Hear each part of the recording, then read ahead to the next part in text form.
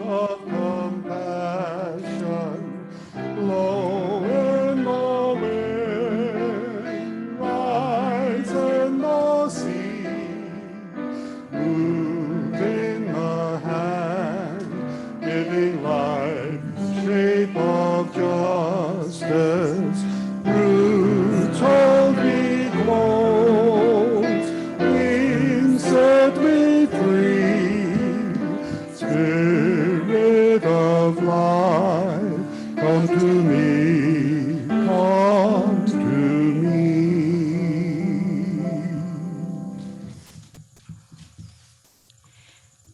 Statement of the Unitarian Religion by Reverend Harry Hooper, minister of the Unitarian Church of Staten Island, 1942 to 1954. Adapted by Reverend Emily D. Tarbert. To a Unitarian, the most important part of religion lies not in beliefs and ritual, although these too have their part, but in right human relationships, in integrity, honesty, tolerance, kindness, and the other virtues. Unitarians value most sincerity and forthright honesty in religious belief. They see in the nature of one's daily actuality the personal faith and practice that an individual creates in living the test of their religion. And this, from Faith Without Certainty, by the Reverend Dr. Paul Razor. Liberal theology is not for the faint of heart. It points us in a general direction without telling us the specific destination. It refuses to make our commitments for us, but holds us accountable for the commitments we make. The liberal religious tradition is an invitation, not a mandate. It invites us to live with ambiguity without giving into facile compromises, to engage in dialogues without trying to control the conversation, to be open to change without accepting change too casually, to take commitment seriously, but not blindly, and to be engaged in the culture without succumbing to the culture's values. Liberal religion calls us to strengthen without rigidity, conviction without ideology, openness without laziness. It asks us to pay attention. It is an eyes wide open faith, a faith without certainty.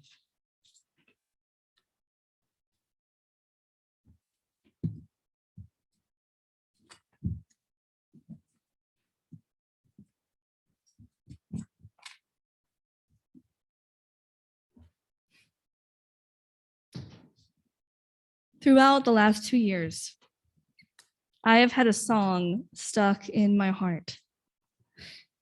A song that comes from all places, a cartoon TV show called Adventure Time. And the song is called Everything Stays. The chorus goes like this. I'm nervous to sing. One second. Everything stays right where you left it. Everything stays, but it still changes ever so slightly, daily and nightly, in little ways where everything stays. Everything stays right where you left it. Everything stays, but it still changes ever so slightly, daily and nightly, in little ways where everything stays. This song has been like a prayer on my heart. This song has been like a prayer for me. A prayer I said when I was alone in my apartment. A prayer I said about this building here as I was so close and yet so far away from it. Everything stays right where you left it. Everything stays, but it still changes. No matter what we do, the world adapts and history leaves its legacy in a changed and changing world. This pull and push of what stays and what changes captures the heart of the tension of being a living tradition. Did you notice that on our gray hymnal, it says songs or singing the living tradition? It's a reference to our Unitarian Universalist faith. It's a metaphor. What does it mean? To be a living tradition means to change and grow in order to stay. To maintain a faithful living of tradition by adapting to our times. If we look both at the history of Unitarian Universalism and at the history of this church, we will quickly see that this is not the only time where radical change has kept our tradition and our faith alive.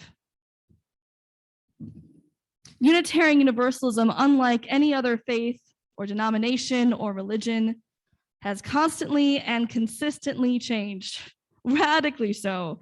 It is almost as if change has been the constant of our faith movement. We started as two distinct Christian denominations, rewriting and redefining an understanding of God.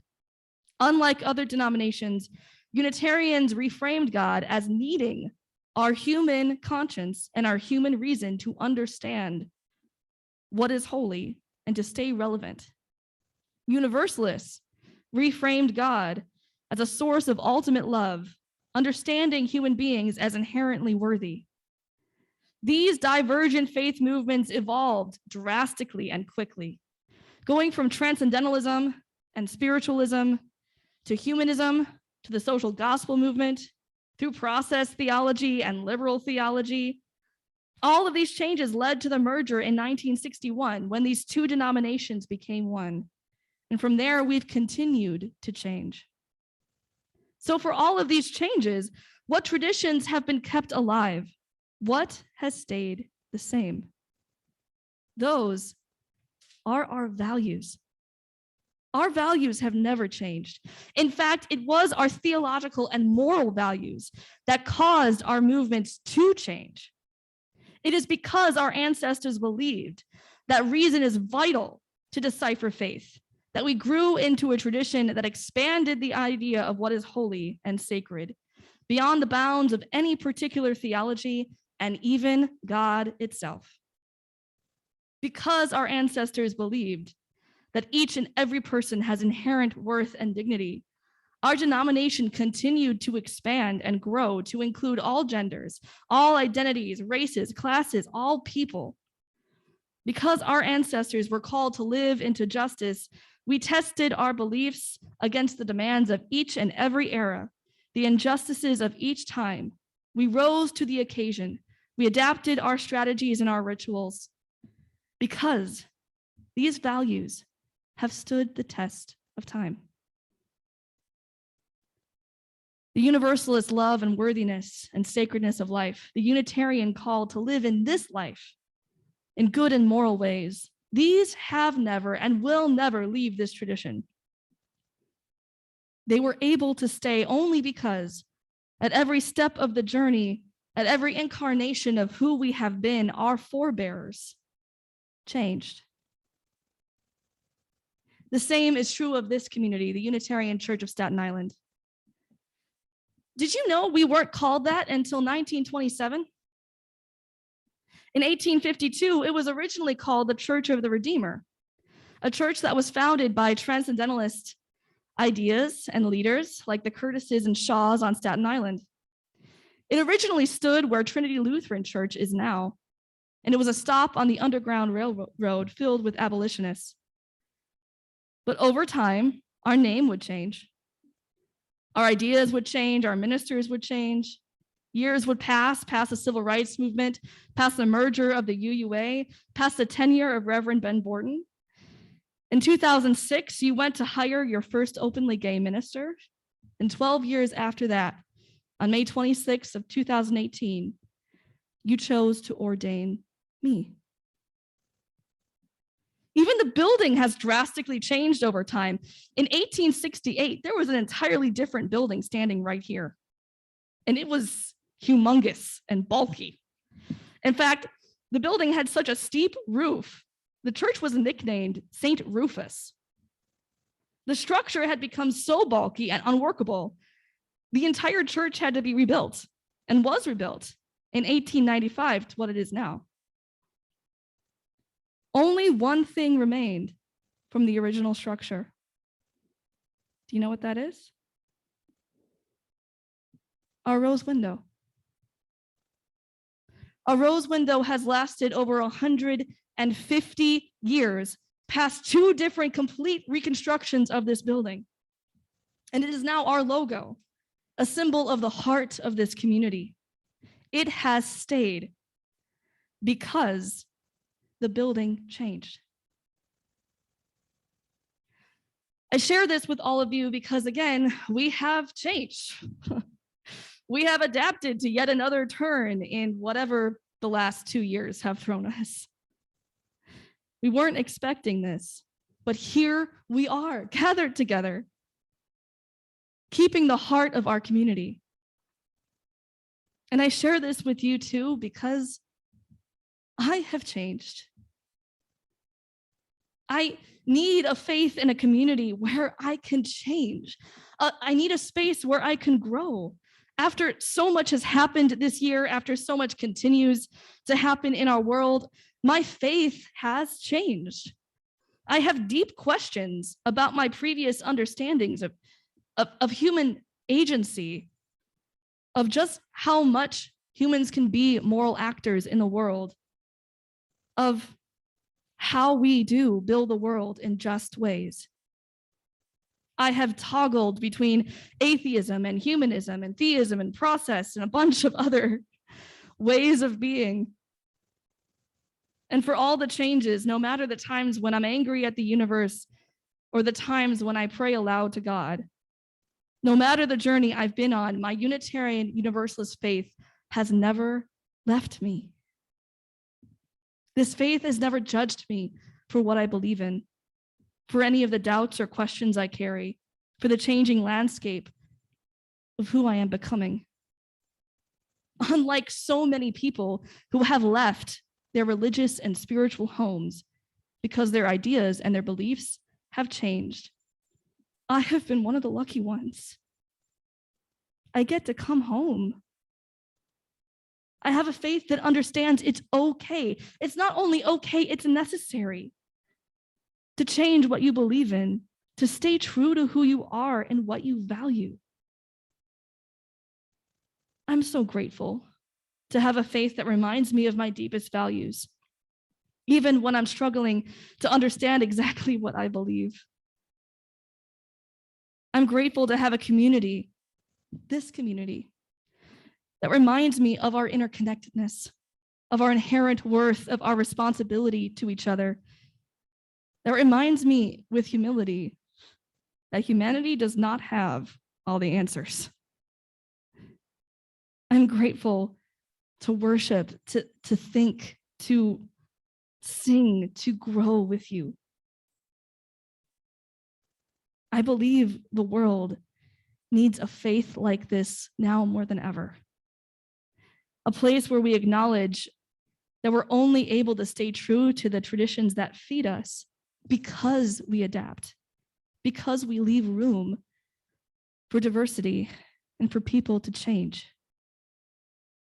I believe that people need a spirituality that gives them permission to change, because that is how people stay true to what matters to them most. Those undeniable truths of love, of justice, of mercy, of humility and wonder. I believe that Staten Island needs a community like ours, a beacon of liberal religion that has changed over the years to meet the needs of our neighbors, to rise to the occasion when our community needs us. And I believe that we all together need a community like this. I know that a lot has changed, but you stayed. You chose to stay.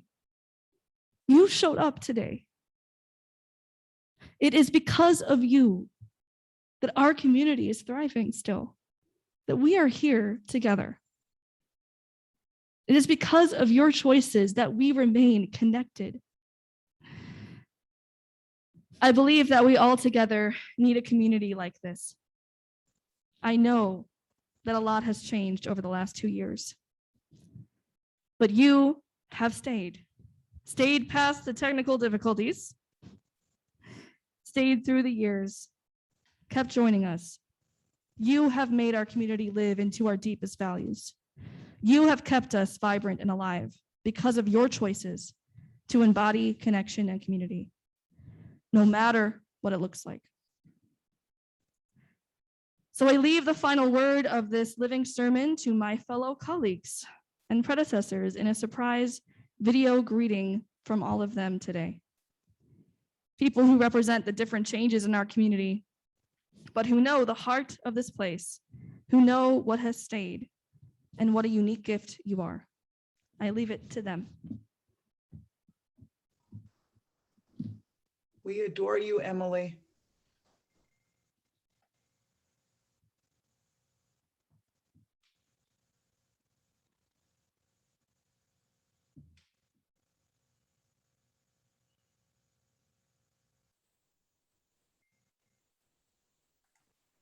You need to click the sound Audio button. is off again.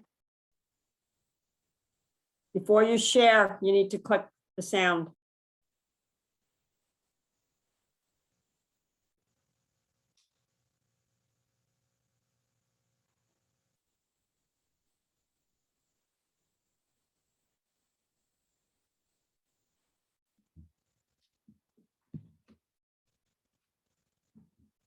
To the 1930s, when Reverend Howard, fellow ministers, members and friends of the Unitarian Church of Staten Island, very fond greetings to you all. This church is an inspired place, and it has been that way, in my view, for nearly 170 years. It also personally holds a dear place in my heart. From its founding in 1852, when abolitionists included members and its minister, to the 1930s, when Reverend Howard Brooks visited Nazi-occupied France with humanitarian aid for adults and children in concentration camps. This religious community has been a beacon for free thought and inquiry, for truth seeking, for the creative arts, for social justice, and for caring and love. Among the cherished memories and achievements during the 21 plus years that I had the privilege of serving as minister, several emerge as exceptionally notable. We started as a congregation with the youngest in our community. In 1985, when I began, the downstairs area of the building was a veritable landfill of broken boards and rusty nails, toys in disrepair, sundry other disposables, a place you would not want to invite visitors. Within a few years, that area was cleared and attractive classrooms and meeting space were created. This physical accomplishment communicated to our children and our youth, you are important to us. We want a safe, attractive environment for you and for liberal religious education. We then moved to the other end of the age spectrum with the development of the beautiful memorial garden in the backyard, thanks to the design of landscape architect and church member, the late Brad Green, along with the leadership of Mary Lou Green and others, some of you who are with us probably today. A dignified place came into existence where environmentally sound interment can occur and where we can honor the memory of those we cherish who have passed before us. And on its 20th anniversary, it is a reminder that we endured the September 11th attacks together, losing the son-in-law of a congregant in that tragedy. I was proud that this congregation later voted unanimously to oppose the military attack on the people and nation of Iraq, a war that caused so much needless death and destruction. Around that time, this church became a welcoming congregation, as it was known, affirming all comers, irrespective of sexual orientation. More quietly, the board leadership allowed a certain Catholic priest in the community who called in his sermon on Martin Luther King Sunday for his listeners to affirm gay, he would now say GLBTQ plus people, as full human beings. He was evicted from that parish for that remark, and our board decided to allow him to continue his counseling practice on the premises of the Unitarian Church, our church. Finally, on a personal note, I will never forget when my son Jonathan lost his life in 2017, the support and the love extended by members of this congregation and the minister. Some of you traveled 50 miles to his memorial service in Massapequa, Long Island. My gratitude to you, dear friends, my appreciation for the great vitality of this church under Emily's leadership, and my hopes that the light of this congregation will continue to shine brightly in the months and years ahead. Thank you. Hello, Staten Island. I'm Edwin Robinson, and I served you as interim minister 2007 to 2008. And I'd like to just share a little song that I probably shared with you back then, because it expresses to me the idea of covenant. Covenant is really an agreement to walk together, to share the road a while. It was a pleasure to know you, a pleasure to see you smile, a comfort to know we've shared the road a while. Pleasure was fleeting, and comforts are far between. It was a pleasure to know you, and the comforts you bring. They say life's a highway, a journey from birth to death, wrapped in despair, entraveled in hopelessness. Well, they can believe it, but just between you and me, the trick to the traveling, it's all in the company. It's a pleasure to know you, a pleasure to see you smile, a comfort to know we shared the road a while. Pleasure is freedom, comforts are far between. A pleasure to know you, and the comfort you bring. Blessings on you, Staten Island. Greetings to you all, Unitarian Church of Staten Island. This is Susan Carlson, one of your former ministers. The beauty of your community is well ingrained in my memory. I have some of my happiest memories worshiping, gathering, sharing, auctioning, celebrating with you. I remember so many animal blessings and celebrations of life, weddings, out in that memorial garden, that sacred ground that you consecrated. I remember times when the children brought in the peace pole that had been gathered and collected from one congregation to another in Staten Island, part of the Building Bridges project. And I remember also a banner about religious exploration that we put out in front of the church, welcoming all families, all children to UUCSI. I remember housing the homeless every night of the week through Project Hospitality and our partnership with El Centro. I remember UCSI being a place that stood beside others in getting through Superstorm Sandy. And innumerable times when I saw how you loved and cared for one another and the whole community. I think of you so often during this time of the pandemic, what you have been through, what all of you in New York City have been through, what all of us all across this country and the world have been through.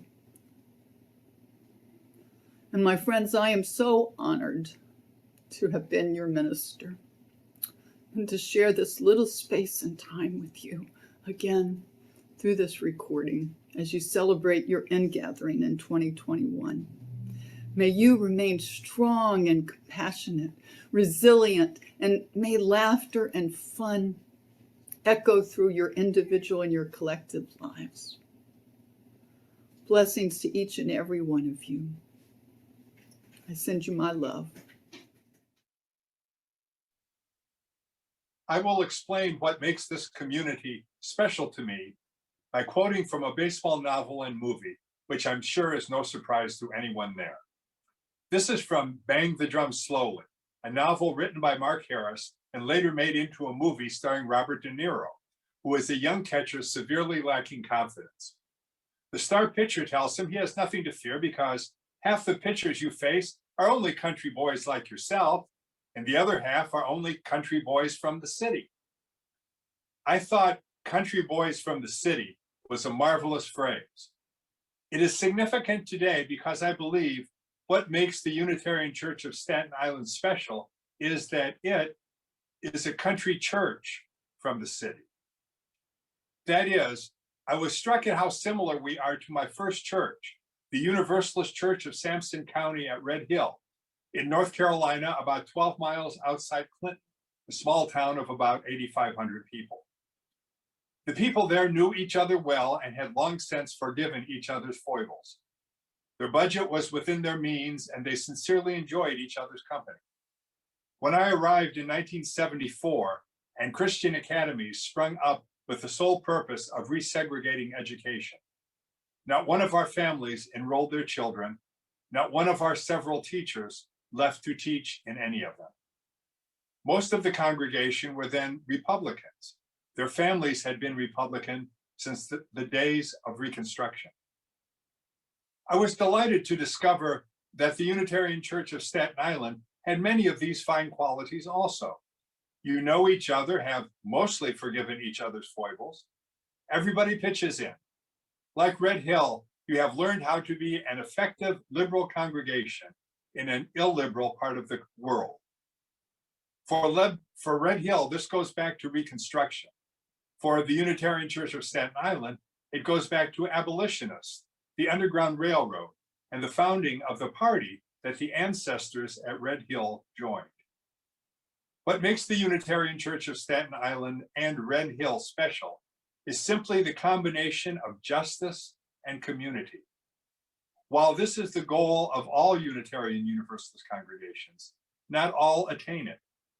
I am very privileged to have had my run as minister begin and end with two such worthwhile and surprisingly similar congregations. Thanks.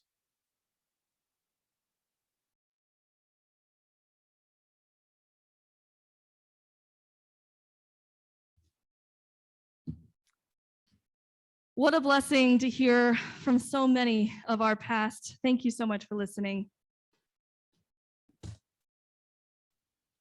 Now is the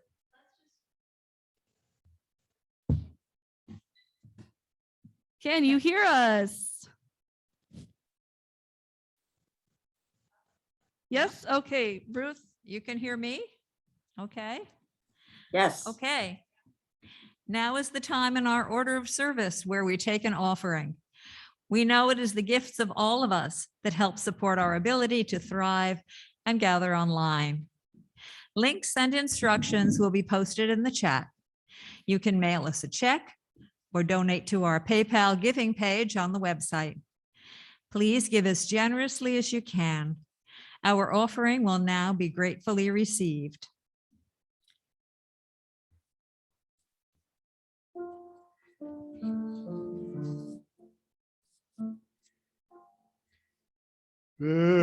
Then don't break, my child,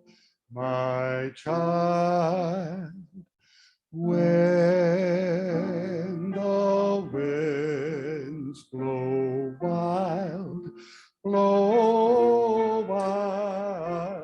lean in, then rest a while.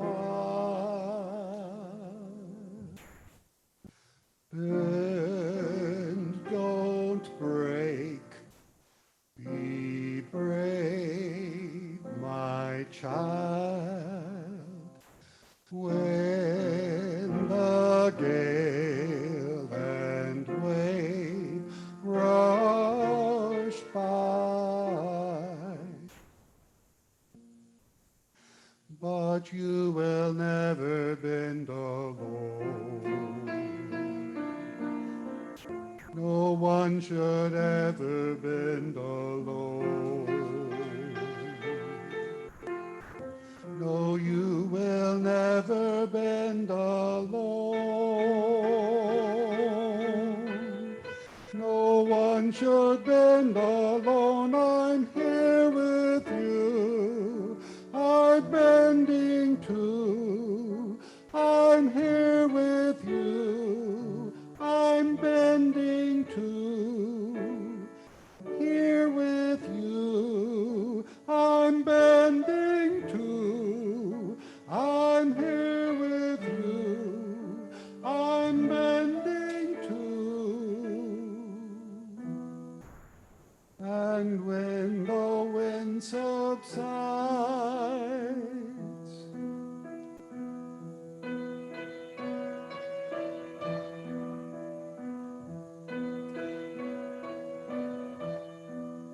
and when the wind subsides, and when the wind subsides, you shall rise. You shall rise. You shall rise.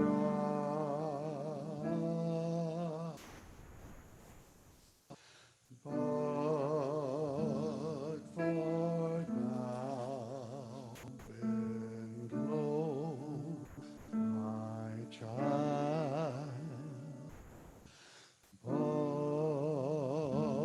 for now, bend low, bend low,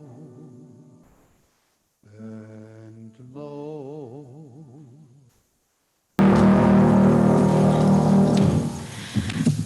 I invite you to join me in extinguishing our chalice. Please repeat after me if you know the words. We extinguish this flame, but not the light of truth, the warmth of community, or the fire of commitment. For these we carry in our hearts until we are together again.